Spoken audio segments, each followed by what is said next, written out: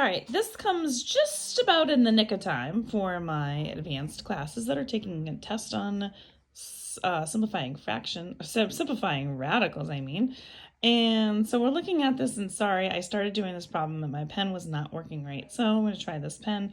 Hopefully it works. So we have the square root of 45 minus the square root of 20. And as you might think, you can just go ahead and just subtract because it's the square root and another square root, but we cannot do that. So we do need to simplify the radicals first. So we are going to think about simplifying these in its lowest form. So I want to find a perfect square that will go into 45. And the first one that comes to my mind is the square root of 9. So I have the square root of 9. And then what times 9 gives me 45? And that would be the square root of 5. So we have these two possibilities. And now I'm going to go ahead and do 20.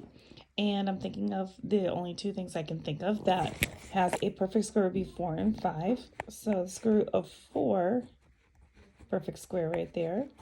Square root of 5. So square root of 9 is 3. Now 5 is a prime number. We can't do anything with that. So we've got 3 root 5. And then we're going to look at subtracting the perfect square 4 of that is going to be 2. And we can't do anything again with 5. But now that I have 3 root 5 minus 2 root 5, I can now just subtract the numbers outside of the roots, 3 minus 2, which would be 1. And we will get 1 times the root of 5.